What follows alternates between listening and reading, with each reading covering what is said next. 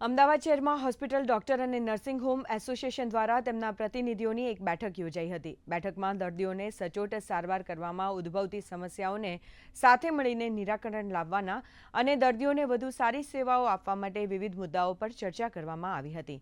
જેમાં સરકારના આરોગ્ય વિભાગ અંતર્ગત મળતા આયુષ્યમાન કાર્ડ, વિવિધ યોજનાઓ અને અર્ધ સરકારી સંસ્થાઓની કેશલેસ સારવારમાં ઉદ્ભવતી સમસ્યાઓ અંગે વિચાર વિમર્શ કરવામાં આવ્યો હતો.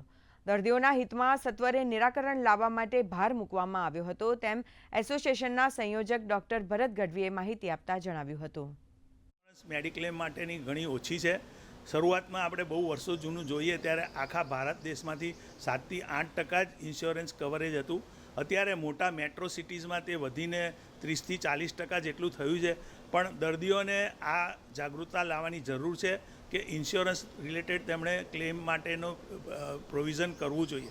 જો કે સરકાર PMJY હેઠળ આ સગવડ આપી રહી છે, પણ છતાંય અમુક નાના જે વિષયો હોય છે, દર્દો હોય છે, ત્યારે એમને આ સારવાર માટે પોતાની ઇન્સ્યોરન્સ રિલેટેડ જો એમનો કવરેજ હોય તો તેમને ફ્યુચરમાં સારી સારવાર મળી શકે.